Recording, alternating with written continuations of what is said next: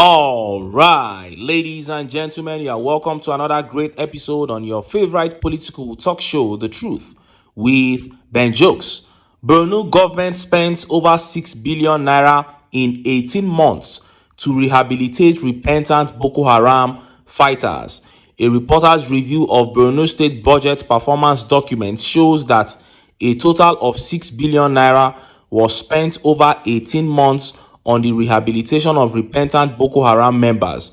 According to the documents, the funds were allocated for the disarmament, demobilization, and reintegration of former insurgents. Now, just yesterday, I was telling you about retired police officers who were protesting at the Federal Secretariat, Abuja, and you saw how they described their physical conditions. Those men are slowly fading away because of how badly they are being treated by the government. But look at what they are doing with our monies after removing subsidy and bringing pain upon Nigerians. 6 billion naira to rehabilitate repentant Boko Haram. Yet we keep hearing daily of how our army gets ambushed, how our plans on how they want to attack leaks out to Boko Haram and other terrorists. Who are the people giving out this information? We have not answered that question, but we keep recruiting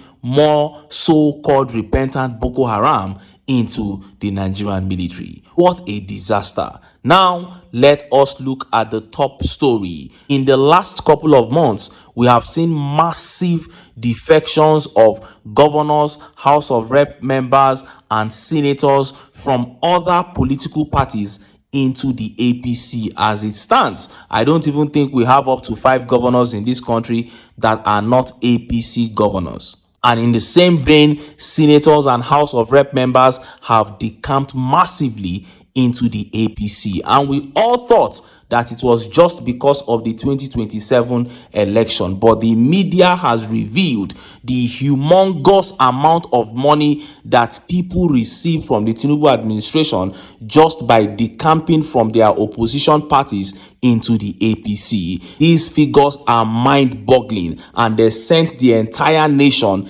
into heated debates as soon as the update dropped. Before I show you details of this top story and how Nigerians reacted, let me quickly show you this video. Now, there is a strong relationship between this video and the repentant Boko Haram issue that we began with.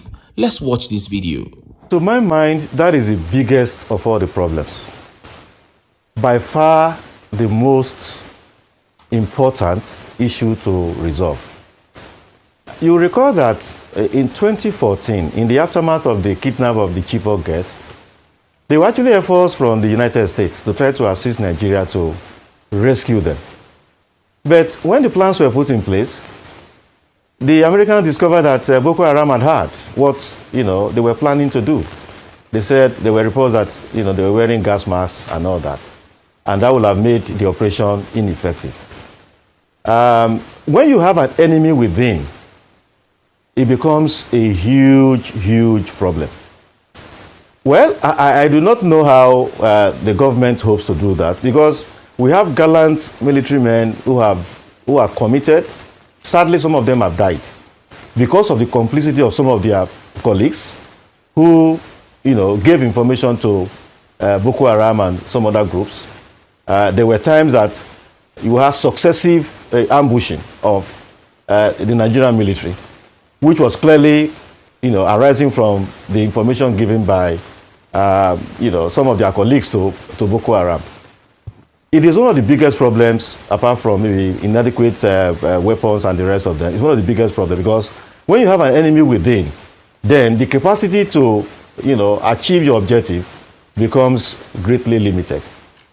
What I think government should do is, within the military rank, there should be a way, to identify these people.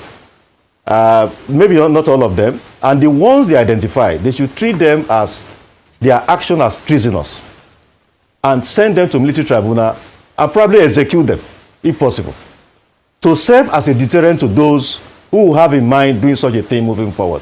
As we speak, just a couple of weeks ago, we had some military guys arrested for selling arms, supplying arms to terrorists. I mean, such people should not be treated with kid gloves. They should face military tribunal, and possibly they should treat them like coup plotters. Execute them. Let us see some action on the part of the government within the military itself. Then, when people see that, that will act as a deterrent. And then we'll have less and less of that. Then we'll begin to have some success. Added to this is government inaction. I'm really shocked that after all these years, Boko Haram is still able to get as much weapon as he gets. Now, as we speak, just less than 2 weeks ago, the governor of Borno, Babagana, the professor, the governor of Borno, Zulu, stated that, yes, Zulu, yes, stated that the Boko Haram now uses drones. I mean, how can a terrorist group where did they get drones from? You saw that. The issue of people within the Nigerian military leaking out information to terrorists is one of the biggest issues we are facing right now in the fight against insurgency. As a matter of fact, this issue has been ongoing since the time of Jonathan. As he rightly pointed out there, the US came in to help Nigeria rescue the Chibok girls, and the plan that they deployed for that mission was to release a gas into the atmosphere above where the terrorists are, and when the gas settles down on them, every single human being, living thing within the perimeter that they want to operate will fall into deep sleep, and then soldiers can just walk into where they are and rescue all the girls. But hours before the plan was carried out, the US military discovered that every single Boko Haram member in that location was putting on oxygen cylinder. They were putting on oxygen masks. Somebody from within the Nigerian army had gone to tell them that a gas was going to be dropped on them. And that was how the US military got very angry and they abandoned that mission.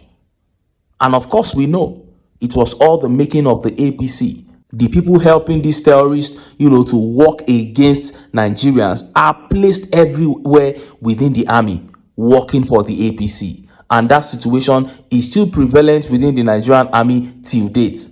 And if we are being honest, who else are these people leaking out this information? It is this repentant Boko Haram that are being ingratiated into the army. And who are the big men? The big men are the same people who are behind this issue of repentant Boko Haram. The same men, the same governors, the same people within the executives who are saying, let us use billions to rehabilitate them. They are the same sponsors, in my own opinion. They are the first people we should look at if we are talking about sponsors of Boko Haram. But these people are high-ranking members within the hierarchy of the APC. That is why I keep saying that if an external body is willing to help Nigeria in this fight against insurgency, Nigerians, both Christians and Muslims, must grab that opportunity with both hands. Now, let us look at the top story. The massive defections from opposition political parties into the APC is not just because of the 2027 elections. The media has revealed that humongous amount of monies are being shared to defectors, governors, senators, and House of Rep members. Look at how the papers reported it. Exclusive. Tinubu government gifts each governor joining APC 250 billion naira, senator 1 billion naira, rep member 500 million naira for defection. The Bola Tinubu presidency has been accused of a massive financial inducement scheme engineered to lure opposition governors and lawmakers into the ruling All Progressive Congress.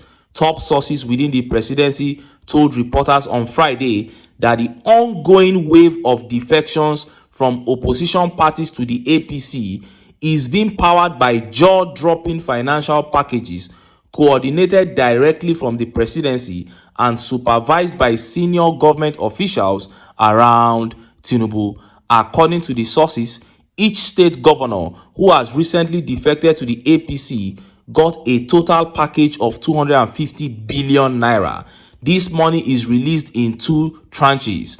There is a 100 billion naira grant upfront once commitment is shown, and a balance of 150 billion naira after the formal defection ceremony, one of the sources revealed. So the state governors defecting to APC get a total of 250 billion naira, senators 1 billion naira, and members of the House of Representatives 500 million naira. He said recently the Enugu State Governor Peter Mba, the governor of Bayelsa State Senator Doye Diri, and Delta State Governor Sheriff have all dumped the opposition party PDP to join the ruling All Progressive Congress. Now, there are several issues to address here.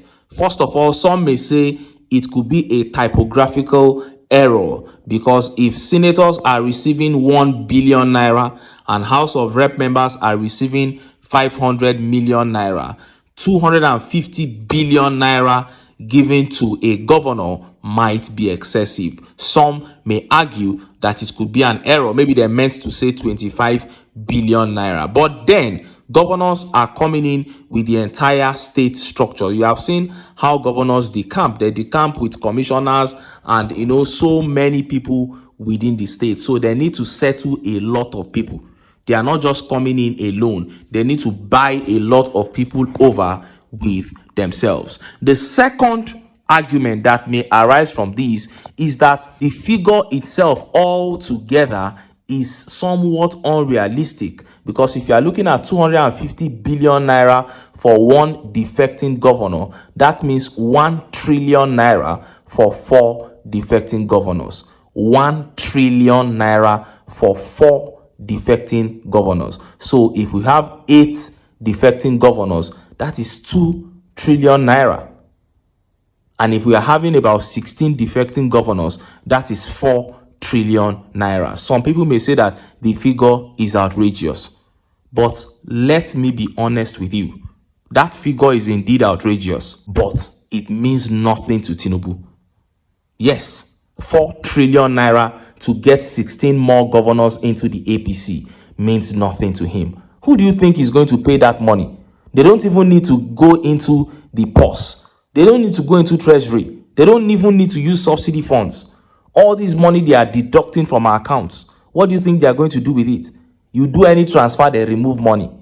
The 15%, the 5% petrol tax that they have put on all of us starting January, what do you think they are going to do with all that money?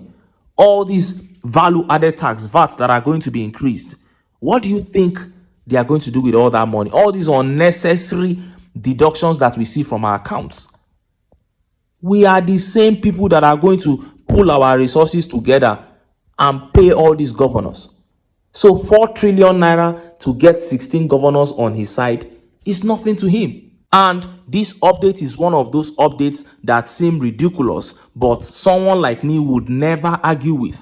Because if you want to be honest with yourself, the rate at which these governors were defecting into the APC, it became so clear that something was happening. There was something happening. Some other governors were waiting for those other ones to go. Let them go, and if we see that they are actually receiving that money, then we will also join. That's exactly what happened. There was like a force there pulling them towards the APC. So when we're seeing something like this, seeing this kind of financial package for defectors can never surprise me, because I already conceived this thought within myself even before seeing this update. That's exactly what is happening.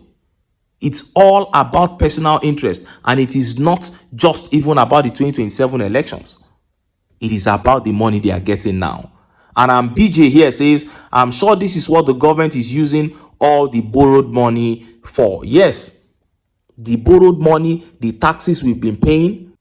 The other day I was telling you about the budget of the health sector. The one of 2024 has not been exhausted, and we are already in November 2025. So who do you think is going to take the entire 2025 budget for the health sector? And this is what they do with it. And this tweet by Bashiru Akombi says, So Sahara reporters just dropped another political grenade. 250 billion naira per governor to cross carpets to APC.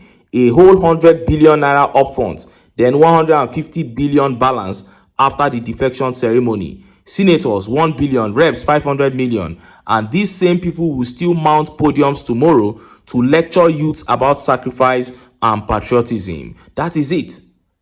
This is why the society is decaying daily. There's nothing this kind of people can tell young people in this country. This is why we have become a society where people worship money.